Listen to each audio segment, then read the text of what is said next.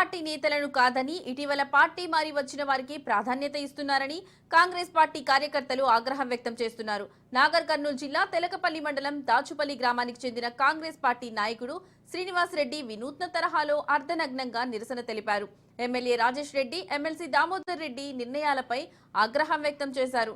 గ్రామాల్లో, మండలాల్లో ఎన్నో ఏళ్లుగా కాంగ్రెస్ పార్టీని అంటిపెట్టుకుని పనిచేస్తున్న కార్యకర్తలను పట్టించుకోవాలని కోరారు.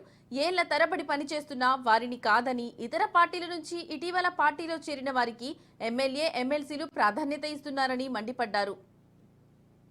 చెడ్డదారి పడుతున్నా అనేది మీరందరూ అర్థం చేసుకోవాల్సిన బాధ్యత తీసుకోండి.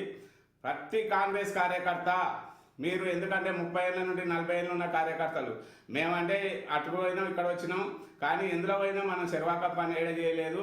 10 ఏళ్ళు టీఆర్ఎస్ పార్టీలో ఒకనాడు ఒక నాలుకకు ₹1 కూడా రాసుకున్న పాపాన అవ్వలేదు, ఒక పని చేసిన పాపాన అవ్వలేదు. దామోదర్ రెడ్డి సారు మంచి వ్యక్తి, సౌమ్యుడు, అందరిని ఆదరించే వ్యక్తి అనుకొని మొన్న పార్టీ మారి ఒక్కసారి అవకాశం ఇవ్వాలి, 30 ఏళ్ళ నుండి అవకాశం ఇచ్చినాం. సమాజానికి మొత్తం నమస్కారం.